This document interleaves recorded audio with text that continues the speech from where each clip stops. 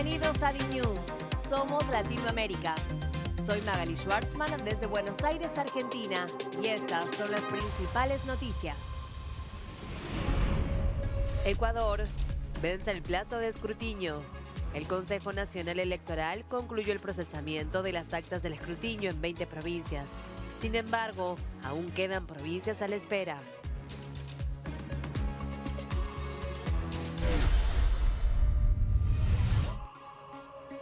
Colombia, marchas a favor y en contra de las reformas. El gobierno buscará apoyo en las calles. La marcha a favor del gobierno está programada para hoy, mientras que la opositora será el 15 de febrero.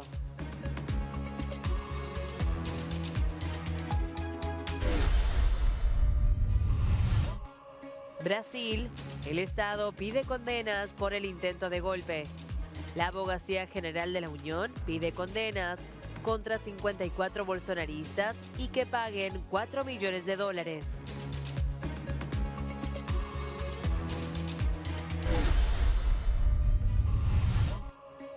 Chile, ya son 300 los incendios activos y crece la preocupación. Casi 6.000 damnificados dejan los incendios forestales. Se registraron 24 muertos y hay 430.000 hectáreas consumidas. Ya son más de 750 los brigadistas extranjeros que combaten los incendios.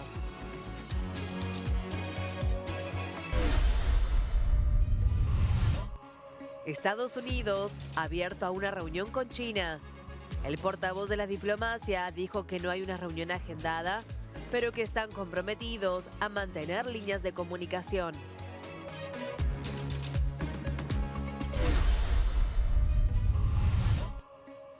Turquía, la construcción de edificios en la mira.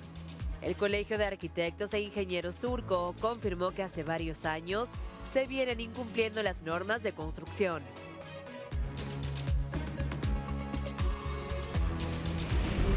Ecuador vence el plazo de escrutinio. El Consejo Nacional de Elecciones analiza extender el plazo para los escrutinios.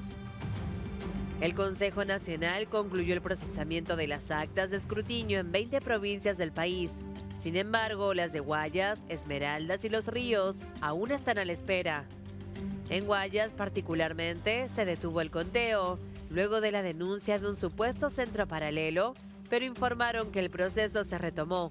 Allí aún existen unas 24.784 actas con novedad.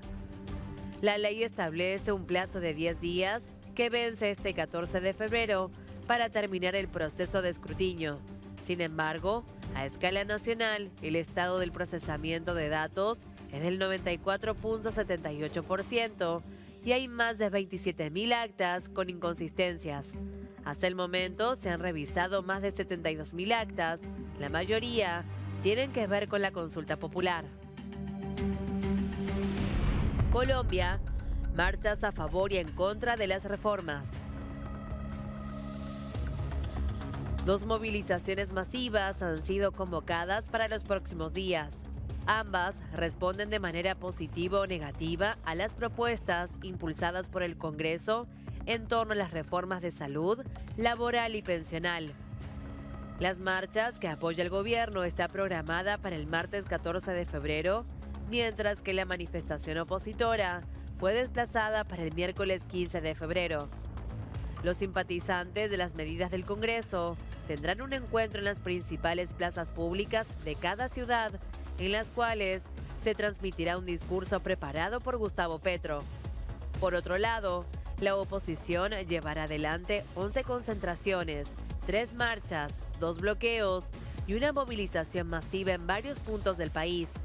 Además, habrá distintos puntos de concentración para los colombianos que estén en el exterior.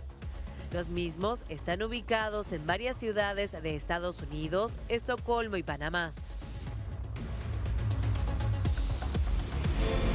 El cardenal nicaragüense Leopoldo Brenes pidió el domingo rezar por Rolando Álvarez. El obispo católico fue condenado el viernes a 26 años de prisión tras rechazar irse a Estados Unidos con opositores excarcelados y expulsados de Nicaragua. El cardenal manifestó a periodistas que la iglesia acompaña tanto a Álvarez como a los 222 opositores encarcelados y desterrados el jueves a Estados Unidos. Ustedes escucharon los sentimientos de ellos al llegar allá, se sentían felices, daban gracias a Dios, las familias decían gracias a Dios. Ahora pues los seguimos acompañando como lo hemos hecho a través de la oración. Más temprano, el Papa Francisco dijo estar preocupado y entristecido por la situación en Nicaragua y especialmente por el obispo Álvarez. No puedo dejar de recordar con preocupación al obispo de Matagalpa, Rolando Álvarez, a quien quiero tanto, condenado a 26 años de cárcel, y también a las personas que fueron deportadas a Estados Unidos. Rezo por ellos y por todos los que sufren en ese querido país. Prego per loro e per tutti quelli che soffrono in quella cara nazione. Entre los liberados y expulsados de Nicaragua esta semana hay exaspirantes presidenciales, periodistas, excomandantes guerrilleros sandinistas, exministros y exdiplomáticos. Todos ellos fueron privados de sus derechos políticos y despojados de su nacionalidad, en momentos en que Ortega enfrenta presiones debido al creciente autoritarismo de su gobierno. El informe final de la acusación contra Pedro Castillo se debatirá este viernes. El Consejo Directivo del Parlamento peruano revisará esta denuncia por los presuntos delitos de organización criminal, tráfico de influencias y colusión en agravio del Estado. El informe se verá luego de que se acabe con la legislatura de adelanto de elecciones, que también está programada para esa fecha. La acusación fue presentada por la fiscal de la Nación, Patricia Benavides, contra el dignatario. Para el Ministerio Público, Castillo lideraba una organización criminal enquistada en Palacio de Gobierno. Es así como el informe final también concluyó que se debe acusar constitucionalmente al exmandatario por los mismos delitos. Para aprobar el informe final se necesitan 87 votos como mínimo, por lo cual en 4 días se va a conocer si procede la denuncia.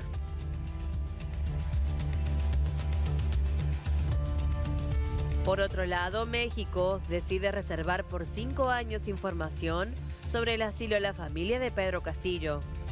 La Cancillería mexicana respondió a la solicitud que llegó de un medio peruano y dijo que divulgar la información del caso sería una clara falta de confianza.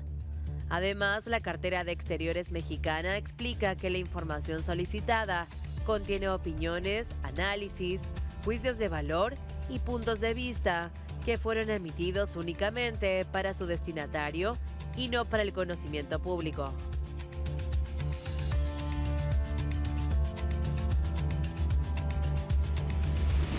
Venezuela. Líderes del movimiento estudiantil convocaron a una marcha contra el gobierno de Maduro. Las organizaciones juveniles se suman a las protestas ininterrumpidas, encabezadas por realizadas los maestros y profesores por salarios dignos y seguridad social. Con motivo de conmemorarse el Día de la Juventud, los líderes del movimiento estudiantil impulsaron una marcha por el respeto de sus derechos sociales, políticos y electorales. En Caracas, las fuerzas de seguridad gubernamentales montaron piquetes policiales en la ruta de la marcha de la juventud opositora, impidiéndole el paso hacia el Consejo Nacional Electoral. Este nuevo llamado corresponde también al resurgimiento de la actividad de las juventudes venezolanas, la cual se vio disminuida por la represión del gobierno, la inmigración masiva y los efectos de la pandemia. Estados Unidos. Un tiroteo en una universidad de Michigan dejó 3 muertos y al menos 5 heridos. El asesino sigue libre. Se trata de un hombre que utilizó una máscara, según informó la policía estatal. Las personas baleadas fueron trasladadas a centros de asistencias con heridas graves. Las autoridades pidieron a los estudiantes y trabajadores del campus que se resguardaran mientras se controla la situación. Policías y personal de primeros auxilios ya se encuentran en la zona, según lo informado por la gobernadora del estado, Gretchen Whitmer. La Universidad Estatal de Michigan es una de las más grandes del país y cuenta con más de 50,000 estudiantes. The victims at both of those scenes And there was an overwhelming law enforcement response to campus to help with this situation. I can confirm that there were at least 5 victims. All 5 victims were transported to the hospital. Some of those victims do have life-threatening injuries. The suspect in this incident, and we believe there to be one suspect, was last seen leaving the MSU Union on foot on the north side of that building.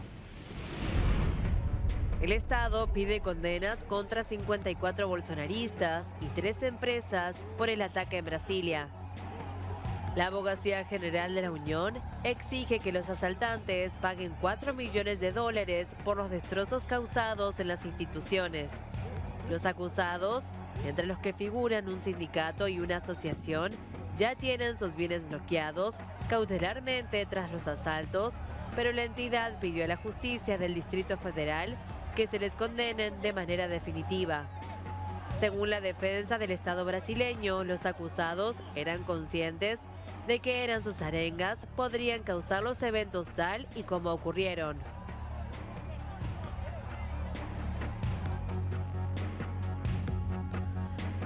Lula dijo que va a gobernar para los más pobres y que trabajará contra el regreso de Bolsonaro. Durante un discurso por el aniversario número 43 del Partido de los Trabajadores, el presidente del país vecino dijo que regresó al poder sin odio para respetar sus orígenes y prometió que va a trabajar para que nunca más un genocida pueda elegirse en base a la industria de mentiras, en referencia a su antecesor. A través de su cuenta oficial de Twitter, el mandatario brasileño le dejó en claro quién gobierna Brasil y que buscará que ningún niño se muera de hambre. Emocionado, el mandatario hizo un repaso de su trayectoria y de la fundación del Partido de los Trabajadores en la dictadura militar y calificó a su fuerza como el mejor partido político del mundo porque nació de abajo hacia arriba.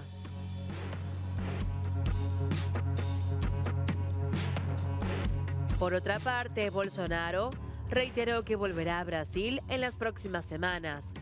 Desde Florida, en Estados Unidos, el exmandatario sostuvo que va a regresar al gigante latinoamericano en las próximas semanas porque su misión no ha terminado. El expresidente perdió el 1 de enero su inmunidad y se enfrenta a varias investigaciones. Si es juzgado y condenado, podría perder el derecho a presentarse a las próximas elecciones. Además, el senador Flavio Bolsonaro, el primero de los hijos del expresidente, aseguró que su padre volverá para las elecciones de 2026, rebatiendo así al presidente Lula da Silva, quien durante el fin de semana descartó que su rival pudiera volver a presentarse como candidato. Colombia. El facilitador de paso renunció a las negociaciones del gobierno y el Ejército de Liberación Nacional. El abogado Alex Morales argumentó al comisionado de paz, Danilo Rueda, que hay confusión y caos sobre la propuesta de pacificación nacional planteada por el presidente Gustavo Petro. En su comunicado, el defensor acredita que la iniciativa generó confusión, deslegitimación de las instituciones del Estado y escándalos ante la opinión pública por supuestos pagos realizados por narcos para acceder a este acuerdo. La decisión es producto de las consultas y solicitudes realizadas por miembros del movimiento Sinergia, especificó Morales. Al final de su carta, el abogado comunicó que va a seguir trabajando para la paz en Colombia. Hasta el momento no existe información sobre un posible reemplazante para el mediador.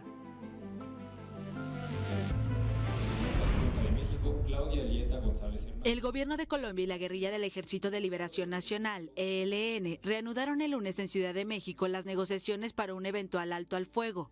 El canciller mexicano Marcelo Ebrard, los jefes de la delegación del gobierno colombiano y de la guerrilla iniciaron el segundo ciclo de esta mesa de diálogo en un evento público. Pablo Beltrán, de la delegación del ELN, detalló que buscará acordar una agenda definitiva de negociaciones y se ocupará de las condiciones para un cese del fuego bilateral, temporal y nacional. Nuestra mesa de conversaciones de paz es un instrumento del mandato de cambio. cuya agenda busca acordar transformaciones y poner fin al conflicto armado. Avanza enfrentando las dificultades heredadas del viejo régimen, pero con la determinación de lograr una paz integral y duradera. Por su parte, Oti Patiño, cabeza de la delegación del gobierno del izquierdista Gustavo Petro, subrayó que es necesario hacer transformaciones sociales que derroten el escepticismo y la desesperanza de un conflicto armado de tan larga duración. Ese es el reto de este segundo ciclo, producir hechos que vayan mostrando que la paz con transformaciones sociales es posible. Después de casi 4 años de suspensión, las partes reanudaron las negociaciones en noviembre, en Caracas, en búsqueda de acuerdos que permitan poner fin al conflicto con la última guerrilla reconocida en Colombia. En esta segunda ronda de pláticas, Chile, Venezuela y Noruega, México y Brasil participan como garantes. La primera ronda, que duró 21 días, cerró con anuncios de liberación de rehenes y acciones humanitarias, pero sin acordarse un alto al fuego. Con unos 3.500 combatientes, la guerrilla del ELN tiene una estructura federada, con relativa independencia entre sus frentes. Ecuador. Lasso no acudió ante la Asamblea Nacional para comparecer por el escándalo del caso Encuentro. El presidente alegó temas de agenda para no presentarse ante la Comisión Legislativa que lleva a cabo la investigación sobre una presunta trama de corrupción de empresas públicas. En la misma se encuentra involucrado su cuñado Danilo Carrera. El familiar del mandatario es acusado de manejar empresas públicas y decidir qué firmas privadas trabajan con el Estado a cambio de sobornos. Ante el accionar de Lasso, la presidenta de la comisión a cargo de la investigación, Viviana Veloz, declaró: "Parece que el presidente busca garantizar la impunidad y proteger a Danilo Carrera. Su actuación obstruye el trabajo de la comisión". Además del mandatario, tampoco se presentarán el exministro de Gobierno Francisco Jiménez ni el comandante de la policía, Faustino Salinas. Perú. El Poder Judicial confirma la eutanasia de Ana Estrada Ugarte. Luego de 4 años de batallas legales, la activista tendrá su derecho a una muerte digna. La enfermedad degenerativa que sufre desde los 12 años ya no le permite hablar y debe comunicarse de manera escrita. De esta manera, el fallo de la justicia exhorta al Ministerio de Salud y al Seguro Social de Salud para practicar la eutanasia a Estrada Ugarte. En un comunicado, el Poder Judicial dijo: "Esta resolución se da en ejecución de la sentencia emitida por la Sala de Derecho Constitucional y Social Permanente de la Corte Suprema. El fallo que reconoce el derecho fundamental de Estrada Ugarte a una muerte en condiciones de dignidad. La eutanasia sigue siendo ilegal y se castiga hasta con 3 años de cárcel a quien ayuda a morir a otro que lo solicite". El caso del activista representa una excepción por parte de la Corte Suprema para que se inaplique la prohibición de la muerte asistida. Chile. Nuevo informe pericial confirmaría que Neruda fue envenenado. La familia del escritor anticipó que peritos internacionales revelarán el miércoles que la bacteria encontrada en los restos del premio Nobel chileno estaba en su cuerpo en el momento de la muerte, lo que puede demostrar que fue envenenado 12 días después del golpe militar de 1973. La bacteria fue encontrada en 2017 en una muela de Neruda por otro panel de expertos que desestimó la versión de la dictadura y rechazó que la causa de muerte fuera el cáncer de próstata avanzado que lo aquejaba desde 1969.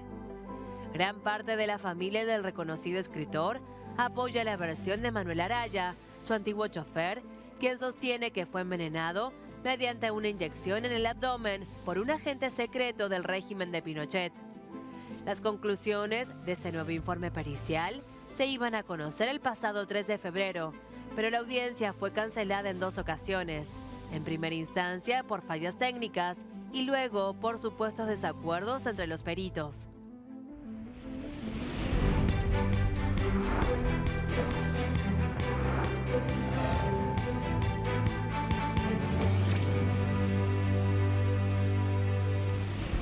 Estados Unidos aseguró estar abierto a reunión con Pekín sobre los globos chinos. Washington sigue sin identificar los objetos voladores derribados y rechaza la acusación de espionaje aéreo que ahora le hace China.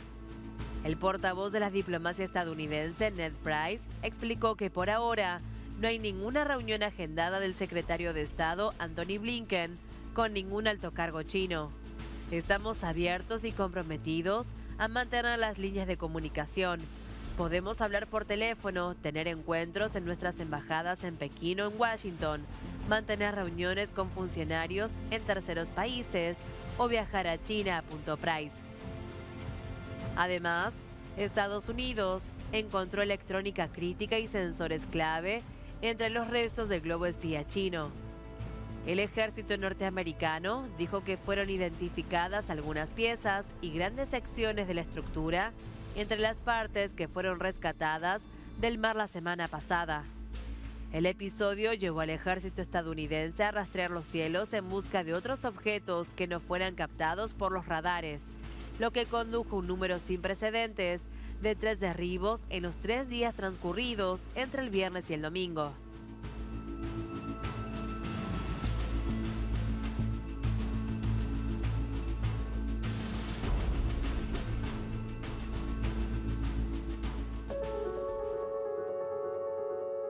Varios globos estadounidenses entraron en el espacio aéreo de China desde enero de 2022. Eso afirmó Pekín el lunes, en respuesta a acusaciones de Washington de que el gigante asiático ha enviado este tipo de aparatos para espiar territorio estadounidense. No es raro que Estados Unidos entre ilegalmente en el espacio aéreo de otros países. Solo desde el año pasado, globos estadounidenses de gran altitud han sobrevolado ilegalmente el espacio aéreo de China más de 10 veces sin autorización alguna de las autoridades chinas competentes. Lo primero que debe hacer Estados Unidos es hacer una introspección y cambiar de rumbo, en lugar de calumniar e incitar a la confrontación. Las relaciones entre Estados Unidos y China se han agravado aún más después de que Washington derribara el 4 de febrero un presunto dispositivo de espionaje chino, que según Pekín tenía fines civiles.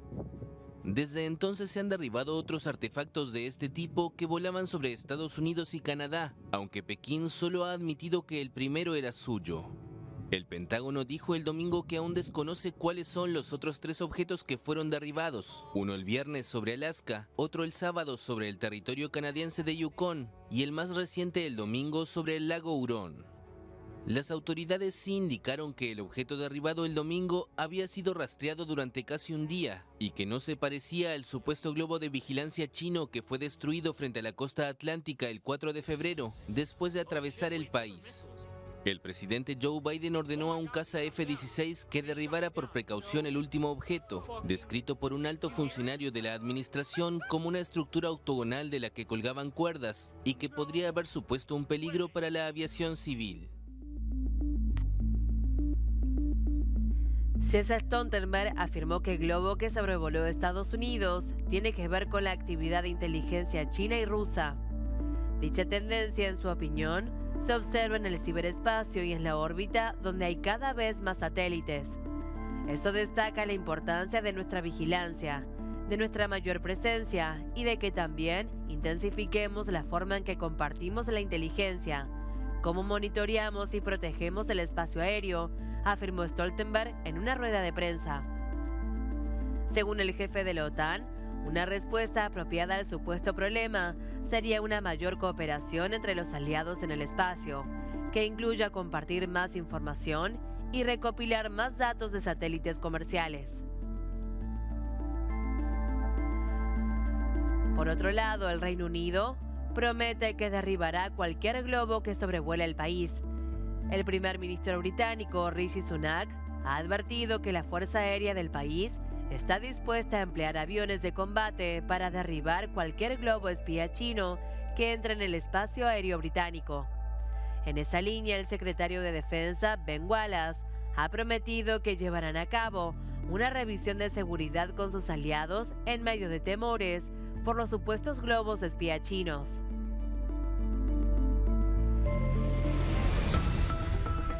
Estas son las noticias económicas del día.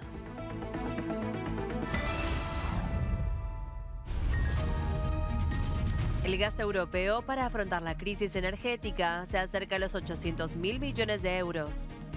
Alemania encabezó la tabla de gastos, asignando casi 270.000 millones de euros, una suma que eclipsó a todos los demás países. Reino Unido, Italia y Francia ocuparon los siguientes puestos, aunque cada uno gastó menos de 150.000 millones de euros. La mayoría de los estados de la Unión Europea gastaron una fracción de esa cantidad. Wall Street termina en alza a la espera de la inflación de Estados Unidos. El primer dato se conocerá con el índice de precios al consumo. El miércoles, los mercados también estarán pendientes de las ventas minoristas, un índice crucial para evaluar la salud de la economía estadounidense, impulsada por el consumo. Crisis en Perú. El cierre de Machu Picchu dejó pérdidas de más de $650.000 y afecta a más de 7.000 familias. El sector turístico en Cusco está en declive. Más del 80% de reservas han sido canceladas hasta aproximadamente junio de este año. Miles de personas han perdido sus empleos y han cerrado sus negocios. Sumado a esto, también está el porcentaje de desempleo en la ciudad imperial que crezca mucho más, ya que decenas de agencias de viajes, guías turísticas y más se vean afectadas por las protestas que se han suscitado en esta localidad altamente visitada en estos meses. Hace 3 años, Carla decidió alquilar su vientre de manera altruista y también para obtener dinero. Ahora trabaja como cuidadora en la agencia que la enlazó con un padre francés. Hola, Carla, ¿qué tal?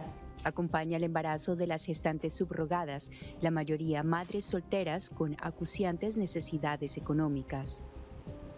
Bajos recursos, entonces sí es algo así de, pues quiero ayudar a esta persona, pero yo sé que ayudando a esta persona voy a tener una compensación económica para darle unos estudios a mis hijos, para, no sé, hasta acaso para tener donde vivir. La pobreza es uno de los factores para que México, junto a Georgia, sea uno de los destinos más escogidos por parejas europeas para la gestación subrogada. El otro, la nula regulación en la materia, como reconoce Ana María Moreno, la abogada de México Surrogacy Law, que procesa 50 nacimientos al año. En México no tenemos un código o una ley en específico que diga ley de maternidad subrogada. Tenemos un vacío legal, pero eso no significa que no se pueda hacer, que la gestante se quede con el bebé y que ya no quiera renunciar a los derechos del menor. ¿Y cuál es el miedo de las gestantes? ¿Tengo seguro médico? ¿Cómo van a ser las consultas? ¿Cómo está tu cuello uterino? Tan solo Sinaloa y Tabasco tienen leyes específicas, pese a que en junio de 2021 la Suprema Corte emitió una resolución que llamaba a legislar a nivel estatal. La falta de normas abre un espacio gris para abusos, incluso hay páginas para reclutar mujeres de manera informal. Por desesperación, muchas se exponen a todo tipo de engaños de agencias e intermediarios. Así lo cuenta este español que junto a su pareja lleva un tiempo buscando un vientre de alquiler. Me han contactado muchísimas, entonces ya para empezar es muy buena sensación no me ha dado. Yo sí que me he encontrado en un grupo de WhatsApp en el que estoy, gente que lo hace de manera privada. Entonces te ahorras todos esos trámites, simplemente tienes que ir a comprar óvulos, haces el trato con esta chica, a partir de $10.000 ya lo puedes hacer. Okay. Incluso la chica también incluso se ofrece con sus propios óvulos, o sea. Para muchas mujeres y también para una corriente del feminismo, este negocio es una explotación del cuerpo de la mujer. Sin embargo, la abogada de la organización GIRE, Verónica Esparza, advierte que la prohibición solo llevará a un aumento de la clandestinidad. Es decir, seguirá habiendo este tipo de acuerdos, simplemente que ahora no va a haber no podría haber vías legales para que las gestantes ante alguna eventualidad o algún riesgo o alguna situación que las ponga en mayor de vulnerabilidad puedan exigir algún tipo de reparación. Y una mayor protección para gestantes subrogadas, tarea pendiente de los gobiernos estatales en México. Estas fueron las noticias económicas del día.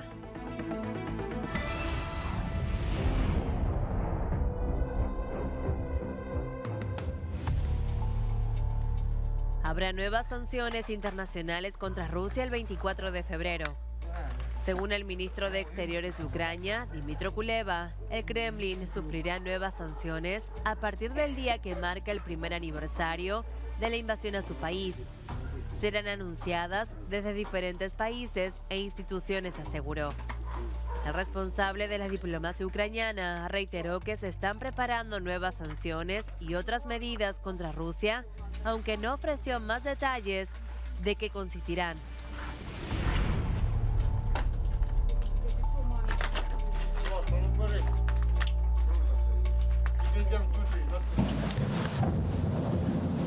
Complicada. Así calificó Ucrania el lunes a la situación al norte de Bakhmut, una ciudad clave del este del país que el ejército ruso trata de conquistar desde hace meses. En las últimas semanas las tropas rusas han reivindicado avances, sobre todo al norte de la ciudad. En enero tomaron Soledar y sus minas de sal a menos de 20 kilómetros de la ciudad. El Estado Mayor ucraniano indicó en su informe diario que las tropas rusas habían bombardeado 16 localidades cerca de Bakhmut a lo largo de la jornada. La presidencia ucraniana también admitió que la situación era complicada en Paraskoviyevka, un pueblo situado a apenas 10 kilómetros, donde se registraron bombardeos y asaltos intensos de Moscú. El ejército ruso reivindicó además la captura de Krasnahora, justo al lado. Mientras tanto, el secretario general de la OTAN, Jens Stoltenberg, advirtió que Kiev utiliza un volumen de municiones superior a la capacidad actual de producción de la alianza militar, y agregó que esto pone bajo presión a sus industrias de defensa. Sí, tenemos un desafío, sí, tenemos un problema, pero los problemas están para resolverlos. Estamos abordando este problema y tenemos estrategias para resolverlo, tanto a corto plazo como también a más largo plazo, como industria de defensa movilizada. Ucrania acumula desde hace varias semanas promesas de entrega de armas por parte de Occidente, pero Kiev insta a sus aliados a entregarle armas de largo alcance y aviones de combate para poder enfrentar a Moscú de manera más eficaz.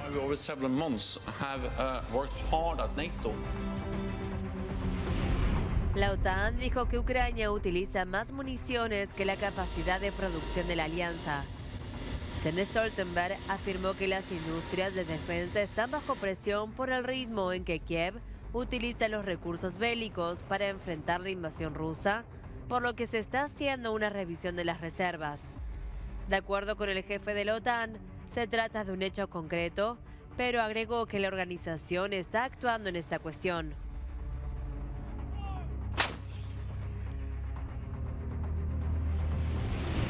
La presidenta Maya Sandu dijo que el Kremlin quiere poner al país a disposición de Rusia y frustrar sus planes de incorporarse algún día a la Unión Europea. El anuncio de Sandu ocurre una semana después de que el presidente de la vecina Ucrania, Volodymyr Zelensky, dijo que su país había interceptado planes de los servicios secretos rusos para destruir Moldavia, lo que fue luego confirmado por funcionarios de la inteligencia moldava. Francia insta a sus ciudadanos a que abandonen Bielorrusia sin demora.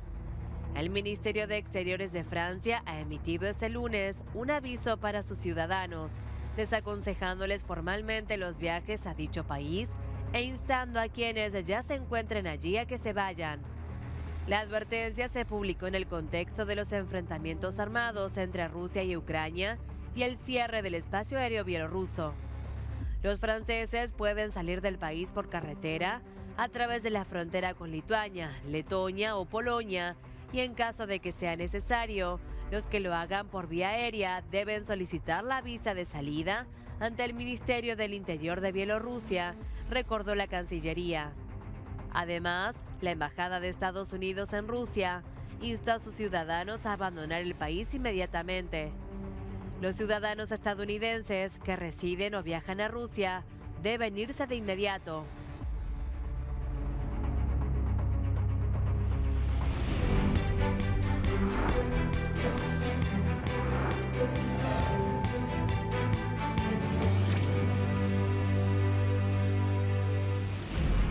Turquía, la construcción de edificios en la mira. Los muertos ascienden a más de 35.000 y comienza la llegada de la ayuda humanitaria. Luego de una semana de la actividad sísmica, la cantidad de fallecidos sigue creciendo y se acerca cada vez más a la aterradora cifra estimada por parte de especialistas de 150.000 entre ambos países. Las tareas de rescate continúan en algunos focos del terremoto. Según la Autoridad de Gestión de Desastres y Emergencias, más de 32.000 personas de organizaciones locales y más de 8.200 rescatistas del exterior están presentes en la búsqueda de sobrevivientes. Además, un avión saudí con ayuda humanitaria a los damnificados por el terremoto que azotó Siria y Turquía hace una semana llegó hoy al norte de Siria, el primero que envía Arabia Saudí a ese país desde el estallido del conflicto bélico hace casi 12 años.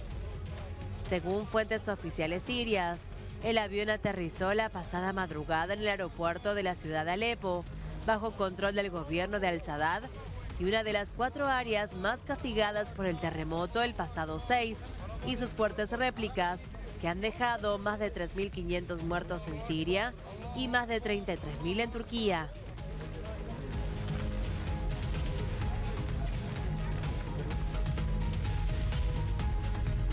Por otra parte, culpan a la legalización irregular de edificios por la cantidad de víctimas. El Colegio de Arquitectos e Ingenieros de Turco recordó que hace varios años se vienen incumpliendo las normas de construcción. El comunicado remarca que durante los 20 años que lleva el actual gobierno de Recep Tayyip Erdogan, se han producido 8 grandes legalizaciones de edificios inseguros, podridos e ilegales, que fueron construidos y habitados sin las correspondientes licencias. La ciudad de Hatay, toda la provincia, resultó dañada y tiene que ser reconstruida totalmente, declaró el presidente de la Asociación Civil. Además, el mandatario recordó que justamente las zonas afectadas había sido parte del recorrido de campaña de Erdogan en 2018. En su visita a estas provincias, el actual presidente de Turquía reconocía que se habían resuelto los problemas de viviendas de cientos de miles de ciudadanos gracias a lo que llamó paz de reconstrucción. Bajo este proceso fue donde se edificó sin los respectivos permisos y licencias.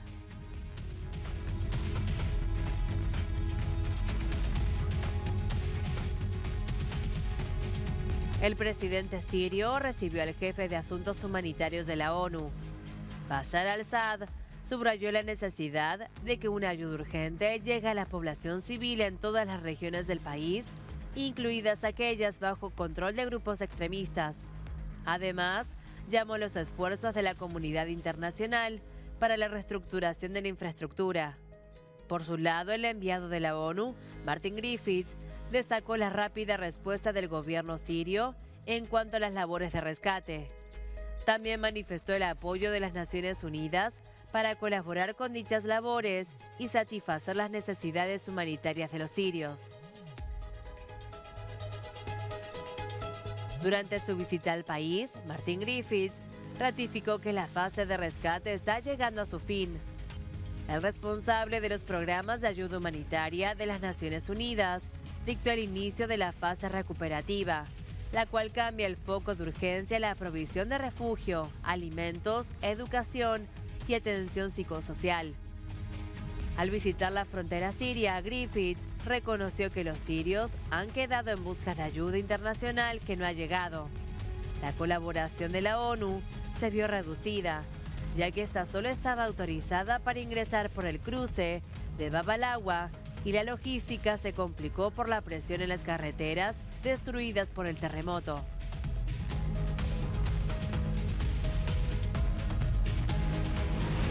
Perú. La Fiscalía investiga a las fuerzas de seguridad por el asesinato de manifestantes. Entre los crímenes denunciados figura la muerte de al menos 8 personas, entre ellas un menor de edad en enfrentamientos con la policía durante una protesta contra Dina Boluarte en Ayacucho el 15 de diciembre. La dependencia detalló que la investigación a cargo de una fiscalía especializada en derechos humanos apunta contra la policía y el ejército.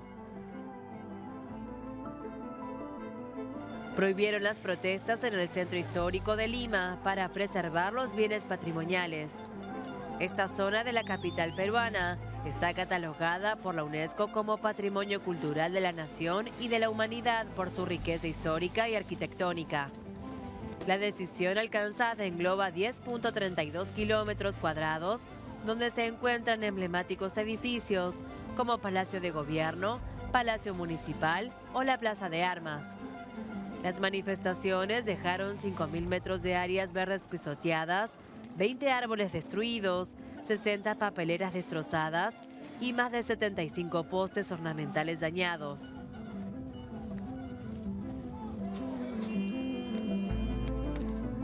Por otra parte, Dina Boluarte prometió la lucha frontal contra el terrorismo. Durante la ceremonia de homenaje póstumo a 6 policías que murieron asesinados tras una emboscada narcoterrorista, la mandataria dijo que los suboficiales son héroes que entregaron sus vidas en cumplimiento del deber en defensa de la seguridad, la paz y el desarrollo del país.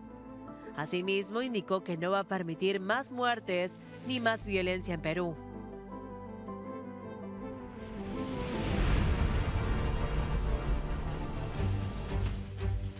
Chile. Casi 6.000 damnificados dejan los incendios forestales que llevan 430.000 hectáreas consumidas. Además, se registran 24 muertes desde el inicio del fuego. Así lo indicó el informe del Servicio Nacional de Prevención y Respuesta ante Desastres. La ministra de Relaciones Exteriores chilena, Antonio Urrejola, recibió un contingente procedente de Portugal y destacó que ya son más de 750 los brigadistas extranjeros que combaten los incendios forestales en el país trasandino. A este último grupo se le suman bomberos, militares y especialistas procedentes de Argentina, Brasil, Colombia, Ecuador, España, Italia, México, Portugal y Venezuela. A ellos se suma el material de apoyo logístico y financiero que llegó desde distintos países. El gobierno inició el pago de bonos de recuperación para una primera nómina de personas afectadas por los incendios. En concreto, serán 342 hogares de Ñuble los beneficiados. En la Araucanía serán 287, mientras que en Biobío serán 1.113, por un total de 2.300 millones de pesos. Perú. 24 provincias en alerta roja por una posible activación de quebradas. De acuerdo al último reporte del Servicio Nacional de Meteorología e Hidrología del Perú, las regiones afectadas son Ancash, Ayacucho, Huancavelica, Huánuco, Ica, Lima y Pasco. Además, explicó que la activación de quebradas es un proceso natural por el cual flujos de agua provenientes de las lluvias discurren por el cauce de una quebrada por acción de la gravedad. Incluye flujos de lodo, crecidas de detritos y flujos de detritos. El Instituto Nacional de Defensa Civil recomendó prestar atención a las señales naturales, no detenerse ni cruzar causas de quebradas y no colocarse en medio o cerca de la zona del deslizamiento o derrumbe. Haití. Manifestantes exigen la liberación de periodista secuestrado. Jean-Tony Lorté fue retenido contra su voluntad el pasado 3 de febrero junto a otros 2 familiares. La marcha fue convocada por la Red Nacional de Grupos Sanguíneos Resus Negativos.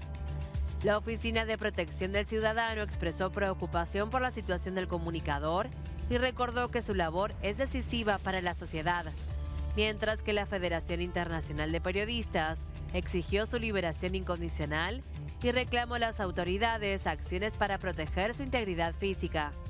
Por otro lado, la Asociación de Periodistas Haitianos lamentó la inseguridad generalizada caracterizada por los asesinatos y secuestros que afecta el derecho a la información, pues impide la libre circulación.